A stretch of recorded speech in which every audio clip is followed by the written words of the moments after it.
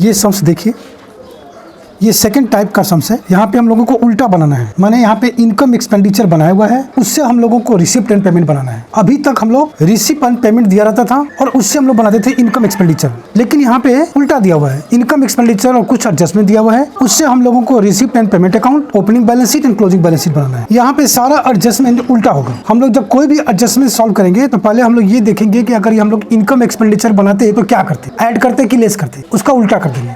Income expenditure बनाते वक्त अगर ऐड होगा तो यहाँ लेस हो जाएगा और वहाँ पे लेस होगा तो यहाँ ऐड हो जाएगा, और जिस डेट का एडजस्टमेंट होगा उस डेट के बैलेंस शीट में आ जाएगा। ये देखिए, इसमें ये 3 अकाउंट बन रहा है, ये रिसीव पेमेंट अकाउंट है, ये ओपनिंग बैलेंस शीट है, ये क्लोजिंग बैलेंस शीट है। चलिए पहले एडजस्टमेंट करते हैं हम लोग। पहला एडजस्टमेंट बोला है subscription outstanding as at 31/12/2021, opening date का हमारा आउटस्टैंडिंग है। तो ओपनिंग डेट का आउटस्टैंडिंग इनकम एक्सपेंडिचर में लेस होता है तो यहाँ ऐड होगा। यहाँ लिखेंगे रिसिप्ट साइड में टू सब्सक्रिप्शन, के नीचे ब्रैकेट चालू करते हैं। इनकम में सब्सक्रिप्शन दिया हुआ है 15,000 रुपीज का, ओपनिंग डेट का आउटस्टैंडिंग है तो ये यहाँ पे ऐड होगा, क्योंकि इनकम एक्सपेंडिचर में ओपनिंग डेट का आउटस्टैंडिंग लेस होता है तो रिसीव पेमेंट में उल्टा होगा, ऐड होगा और ओपनिंग बैलेंस शीट में आएगा। यहाँ पे या तो आउटस्टैंडिंग सब्सक्रिप्शन लिखिए या एरियर सब्सक्रिप्शन लिखिए। उसके बाद ओपनिंग डेट का एडवांस है 540 रुपीज, एडवांस है 31/12/2021 का, ओपनिंग डेट का एडवांस है तो ओपनिंग डेट का एडवांस। उसके बाद दिया हुआ है रिसीव्ड एडवांस सब्सक्रिप्शन ऑन 31/12/2022, मतलब क्लोजिंग डेट का एडवांस है। क्लोजिंग डेट का एडवांस इनकम एक्सपेंडिचर में लेस होता है तो यहाँ पे ऐड होगा, ये देखिए प्लस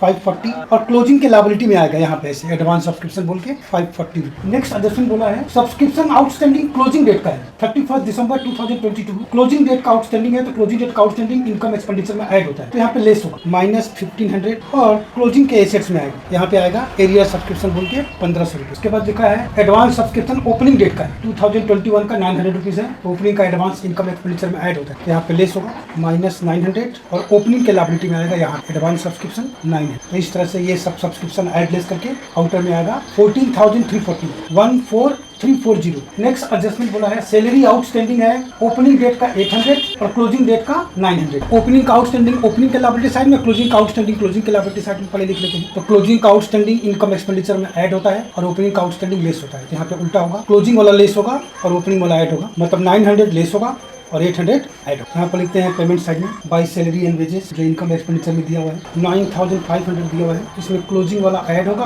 क्लोजिंग वाला ऐड होगा, ओपनिंग वाला लेस। यहाँ नेक्स्ट सजेशन बोला है audit fees for 2022 where outstanding, माने करंट ईयर का ऑडिट फीस आउटस्टैंडिंग है जिसका अमाउंट नहीं दिया हुआ है। तो करंट ईयर का आउटस्टैंडिंग है कितना, जो इनकम एक्सपेंडिचर में दिया हुआ है, क्योंकि इनकम एक्सपेंडिचर 2022 का बन रहा है, करंट ईयर का बन रहा है, तो उसमें जो अमाउंट होगा वो करंट ईयर का होगा, जो कि 500 रुपीज दिया हुआ है। माने करंट ईयर का ऑडिट फीस आउटस्टैंडिंग का 500 और पिछले साल का ऑडिट फीस इस साल पेमेंट किया है, मतलब 2021 का ऑडिट फीस 400, इस साल 2022 में पेमेंट किया है 400 रुपीज, माने क्लोजिंग डेट का आउटस्टैंडिंग है 500 और ओपनिंग डेट का आउटस्टैंडिंग है 400। चलिए इसको लिख लेते हैं। ओपनिंग के लायबिलिटी में आउटस्टैंडिंग ऑडिट फीस 400 और क्लोजिंग के लायबिलिटी में आउटस्टैंडिंग ऑडिट फीस 500, और यहाँ पेमेंट साइड में लिखते हैं by audit fees, expenditure side में दिया हुआ है 500 रुपीज। तो ओपनिंग का आउटस्टैंडिंग ऐड होगा और क्लोजिंग का आउटस्टैंडिंग लेस होगा, उल्टा होगा करके यहाँ पे आएगा 400 रुपीज। प्रीपेड इंश्योरेंस दिया हुआ है क्लोजिंग डेट का, एक तो क्लोजिंग के एसेट्स में आएगा 120, यहाँ पे प्रीपेड इंश्योरेंस 120 रुपीज, और क्लोजिंग का प्रीपेड इनकम एक्सपेंडिचर में लेस होता है तो यहाँ पर ऐड हो जाएगा। यहाँ लिखते हैं हम लोग बाई साइड में बाई मिसलिनियस एक्सपेंसेस, इसी में इंश्योरेंस इंक्लूड है 1000 रुपीज दिया हुआ है एक्सपेंडिचर साइड में, इसमें 120 ऐड हो जाएगा, अमाउंट के कॉलम में आएगा 1120। The club had owned ground, had owned मतलब पहले से है इसके पास, मतलब ओपनिंग में भी आएगा क्लोजिंग में भी आएगा। बुक वैल्यू रुपीज 1,20,000 और स्पोर्ट्स इक्विपमेंट का वैल्यू ओपनिंग और क्लोजिंग में दिया हुआ है 5,200 एंड 5,400। ओपनिंग बैलेंस शीट में लिखते हैं एसेट साइड में क्लब ग्राउंड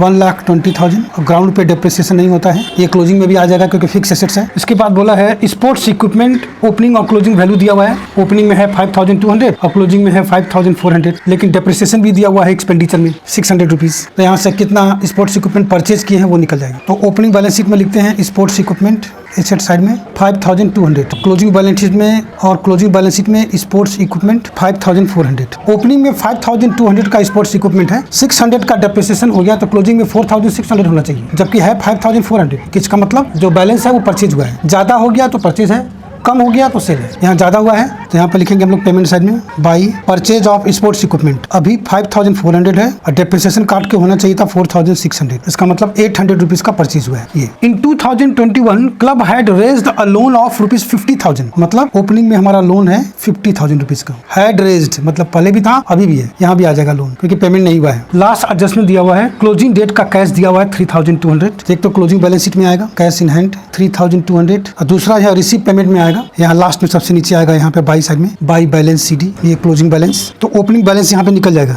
सबसे ऊपर यहाँ पे टू बैलेंस BD, ये निकलेगा बैलेंसिंग फिगर। अगर ओपनिंग क्लोजिंग दोनों दिया रहता तो यहाँ से कुछ मिसिंग फिगर निकलता, जो पेमेंट हुआ है या रिसिप्ट हुआ है वो निकलता मिसिंग फिगर। अब इनकम एक्सपेंडिचर से सारा आइटम जहाँ जहाँ आएगा वहाँ उतारते हैं, एडजस्टमेंट तो खत्म हो गया। देखिए इनकम साइड में सब्सक्रिप्शन तो 15,000 हो गया है, एंट्रेंस फी 500 रुपीज का रिसिप्ट हुआ है, तो यहाँ पर अपने को कैपिटल और रेवेन्यू से मतलब नहीं है, रिसिप्ट हुआ है ना, यहाँ पे आ जाएगा डेबिट साइड में टू एंट्रेंस फी 500 रुपीज। फिर है profit on annual sports meeting, receipt है 3000, एक्सपेंसेस है 1500, प्रॉफिट हुआ है 1500 का। तो इसमें रिसिप्ट वाला रिसिप्ट में दिखा देंगे, पेमेंट वाला पेमेंट में दिखा देंगे, क्योंकि इनकम एक्सपेंडिचर में तो प्रॉफिट आता है और यहाँ पे रिसिप्ट और पेमेंट आता है। यहाँ लिखेंगे हम लोग to annual sports receipts 3000 rupees और यहाँ पर पेमेंट साइड में बाई एनुअल स्पोर्ट्स पेमेंट 1500। अब एक्सपेंडिचर में देखिए सैलरी वेजेस तो हो गया, मिसलेनियस एक्सपेंसेस ये भी हो गया, चीफ एग्जीक्यूटिव ऑनरेरियम पेमेंट हुआ है 2000 रुपीज, ऑडिट फीस तो हो गया, प्रिंटिंग एंड स्टेशनरी 900 रुपीज। उसके बाद है एनुअल डे सेलिब्रेशन एक्सपेंसेस और एनुअल और डोनेशन कलेक्टेड है, एनुअल डे सेलिब्रेशन एक्सपेंसेस है और डोनेशन कलेक्टेड है। तो एक्सपेंसेस को पेमेंट में दिखा देंगे और डोनेशन को रिसीट में दिखा देंगे। यहाँ पे लिखेंगे to donation for annual day celebration 2000, यहाँ बाई साइड में by annual day celebration expenses 3000 रुपये। इंटरेस्ट ऑन बैंक लोन ये भी पेमेंट साइड में 300 रुपीज। और डेप्रिसिएशन में तो कैश आउटफ्लो होता नहीं है, वो तो रिसीव पेमेंट में आता नहीं है, वो डेप्रिसिएशन तो यहाँ से लेस होता है। देखिए ऐसे ओपनिंग बैलेंस था 5200 प्लस परचेज हुआ है 800 रुपीज का, प्लस परचेज हुआ है 800 रुपीज़ का, माइनस डेप्रिसिएशन होगा 600 रुपीज़ का, तो ये 5400 आ जाएगा। उसके बाद excess of income over expenses, ये तो सरप्लस है, ये क्लोजिंग बैलेंस शीट में कैपिटल फंड के साथ ऐड होगा, ये तो रिसीव पेमेंट में आएगा नहीं। चलिए अब इसको बैलेंस करते हैं। तो पहले तो रिसीव पेमेंट को बैलेंस करना पड़ेगा, यहाँ से ये हमारा ओपनिंग बैलेंस अब कैश निकलेगा, जिसको हम लोग यहाँ बैठाएंगे तब जाके ओपनिंग बैलेंस शीट बनेगा। पहले हम लोग को रिसीव पेमेंट को बैलेंस करके ये ओपनिंग बैलेंस निकालना होगा। पेमेंट साइड का टोटल कर रहे हैं तो आ रहा है 22,620, पेमेंट साइड का टोटल ज़्यादा है, पेमेंट साइड का टोटल ज़्यादा है।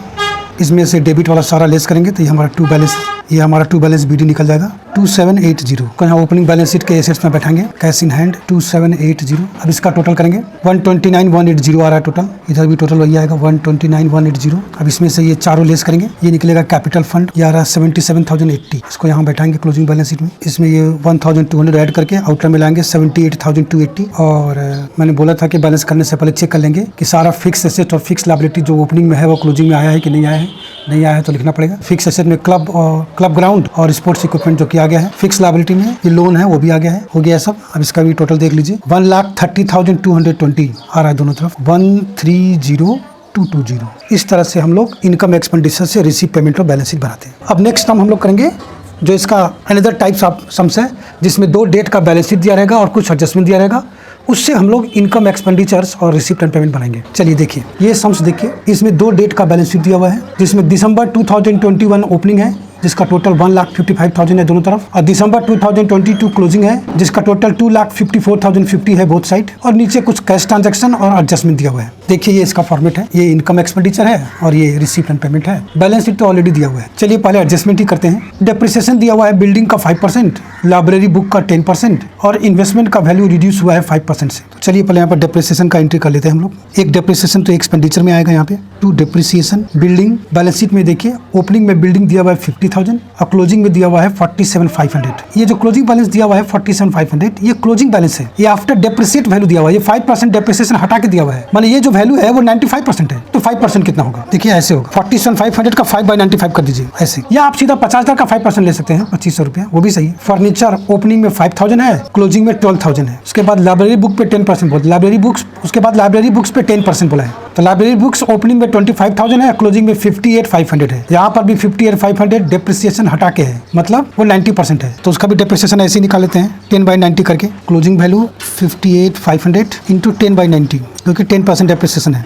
ये हुआ 6500, तो टोटल डेप्रिसिएशन ये हो गया 9000 रुपीज। तो लाइब्रेरी बुक्स हमारा ओपनिंग में है 25,000 और क्वेश्चन में यहाँ से हमको परचेज ऑफ लाइब्रेरी बुक्स निकलेगा। लाइब्रेरी बुक्स हमारा ओपनिंग में 25,000 है, उसमें से 6500 का डेप्रिसिएशन हो गया, तो क्लोजिंग में आना चाहिए था 18,500, लेकिन क्लोजिंग में दिया हुआ है 58,500। इसका मतलब बाकी का लाइब्रेरी बुक्स परचेज हुआ है, जो कि यहाँ पर आएगा पेमेंट साइड में। By purchase of library books कैसे निकलेगा? 58,500 क्लोजिंग बैलेंस दिया हुआ है, जबकि होना चाहिए 18,500। डेप्रिसिएशन हटा के 18,500 वैल्यू होना चाहिए था, जबकि है 58,500। इसका मतलब 40,000 रुपीज का परचेज हुआ है। फिर बोला है कि इन्वेस्टमेंट रिड्यूस हुआ है 5% से। यहाँ पर भी देखिए इन्वेस्टमेंट ओपनिंग में 50,000 है, अब क्लोजिंग वैल्यू दिया हुआ है 118,750। तो जो 118,750 है ये 5% लेस करके दिया हुआ है, मतलब ये 95% है, तो 5% लॉस हुआ है, रिड्यूस हुआ है। तो यहीं पर लिख देते हैं एक्सपेंडिचर में टू लॉस ऑन इन्वेस्टमेंट। कैसे निकलेगा? 118,750 जो वैल्यू दिया हुआ है वो 5% लेस करके दिया हुआ है, मतलब वो 95% है, तो 5% कितना होगा? इसका 5/95 कर देंगे, लॉस निकल जाएगा 6250। अब हम लोग का इन्वेस्टमेंट का परचेज सेल यहाँ पर कैलकुलेट करना पड़ेगा, जो कि रिसीव पेमेंट में आएगा। इन्वेस्टमेंट ओपनिंग में 50,000 है, उसमें से लॉस हो गया 6250, तो क्लोजिंग में वैल्यू आना चाहिए था 43,750, लेकिन वैल्यू है कितना? 118,750। इसका मतलब 75,000 रुपीज का परचेज हुआ है। तो यहाँ पर आएगा पैसा गया है by purchase of investment 75,000 rupees. कैसे निकलेगा? ओपनिंग वैल्यू है 50,000 का, जिसमें से 6250 का लॉस हो गया, तो क्लोजिंग में आना चाहिए था 43,750, जबकि ज्यादा है 118,750। इसका मतलब परचेज हुआ है, तो क्लोजिंग में से 118,750 माइनस लॉस होकर जो क्लोजिंग वैल्यू होना चाहिए था 43,750, मतलब बैलेंस हमारा परचेज हुआ है। तो ये एडजस्टमेंट तो खत्म हो गया। अब रिसीव पेमेंट के आइटम को पुट करते हैं एडजस्टमेंट के साथ। यहाँ पे रिसीव पेमेंट का आइटम आएगा और यहाँ पे एडजस्टमेंट के साथ आएगा रिसीव पेमेंट। देखिए सब्सक्रिप्शन रिसिप्ट में दिया हुआ है, सब्सक्रिप्शन 75,000 रुपीज दिया हुआ है, तो हम लोग यहाँ लिखते हैं बाई सब्सक्रिप्शन ब्रैकेट में 75,000 ये इनकम है। यहाँ रिसीट में लिखते हैं टू सब्सक्रिप्शन 75,000। यहाँ पर इनर में से लिखें कि इसमें एडजस्टमेंट होगा। देखिए बैलेंस शीट में सब्सक्रिप्शन आउटस्टैंडिंग दिया हुआ है, ओपनिंग का 20,000, क्लोजिंग का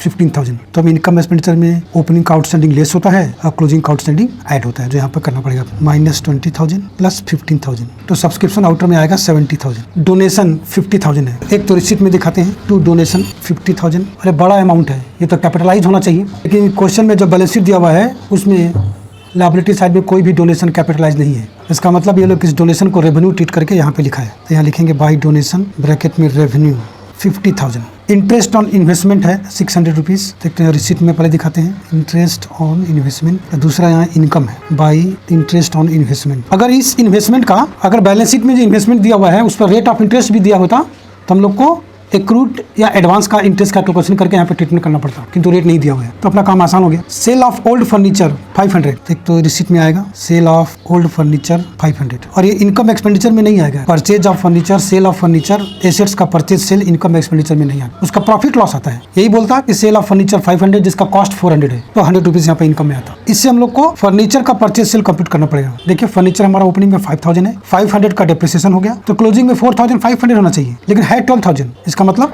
बाकी का फर्नीचर परचेज हुआ है। यहाँ पेमेंट साइड में लिखते हैं बाई फर्नीचर परचेज। कैसे निकलेगा? क्लोजिंग वैल्यू दिया हुआ फर्नीचर का 12,000 है, 12,000, जबकि सेल ऑफ फर्नीचर हटा के होना चाहिए था 4,500, ज्यादा है। इसका मतलब बाकी का फर्नीचर परचेज हुआ है 7,500। प्रोसीड्स ऑफ लेक्चरर्स ETC, एक तो पहले रिसीट में दिखाते हैं 8,000 रुपीज, और यहाँ इनकम में भी आएगा। पेमेंट साइड में दिया हुआ है सैलरीज 4,200, देखते हैं यहाँ पेमेंट साइड में आएगा बाई सैलरी 4,200, और यहाँ एक्सपेंडिचर में आएगा rent and taxes, sundry expenses, insurance premium, printing and stationery, ये सब यहाँ पर पेमेंट साइड में आएगा और यहाँ एक्सपेंडिचर में आएगा। लिख देते हैं ऐसे, लेकिन यहाँ जब लिखेंगे तो आउटस्टैंडिंग प्रीपेड को एडजस्ट करने के बाद लिखेंगे। तो रेंट एंड टैक्सेस में तो कोई एडजस्टमेंट नहीं है, तो वैसे सेम अमाउंट आ जाएगा जो यहाँ पे है। सन्ड्री एक्सपेंसेस का देखिए आउटस्टैंडिंग दिया हुआ है क्वेश्चन में, देखिए लायबिलिटी साइड में ओपनिंग का आउटस्टैंडिंग 5,000 है, क्लोजिंग का आउटस्टैंडिंग 7,500 है। क्लोजिंग वाला आउटस्टैंडिंग ऐड होगा, ओपनिंग वाला आउटस्टैंडिंग लेस होगा।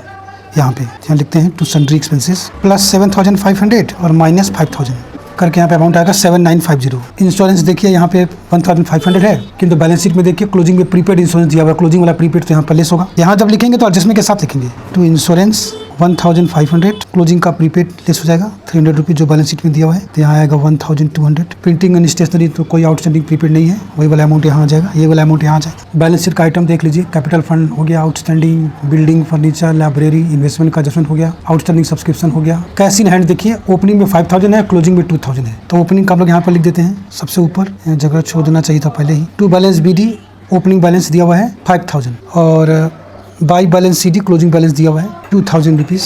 ये देखिए ओपनिंग क्लोजिंग बैलेंस भी दे दिया है, सारा आइटम भी दिया हुआ है रिसीव पेमेंट का। तो ये टैली हो जाना चाहिए, अगर टैली नहीं होगा तो हम लोग कहीं गड़बड़ कर रहे हैं। इसको मिलाते हैं, देखिए तो डेबिट का टोटल हो रहा है 1,39,100, 139,100, यहाँ पर भी 139,100। ये सारा लेस करेंगे, ये 2000 ही आएगा क्लोजिंग बैलेंस। इसका मतलब हम लोग जो बनाए हैं वो सही है। इसको बैलेंस करके हम लोग सरप्लस या डेफिसिट निकाल लेते हैं। यहाँ पे इनकम का टोटल ज़्यादा है 1,28,600, इधर भी वही होगा। ये डेबिट वाला सारा आइटम लेस करेंगे तो यहाँ पर निकलेगा to surplus excess of income over expenditure. ये आपका आ रहा है 96,550। ये हम लोग चेक कर सकते हैं कि जो हम लोग निकाले हैं वो करेक्ट है या नहीं।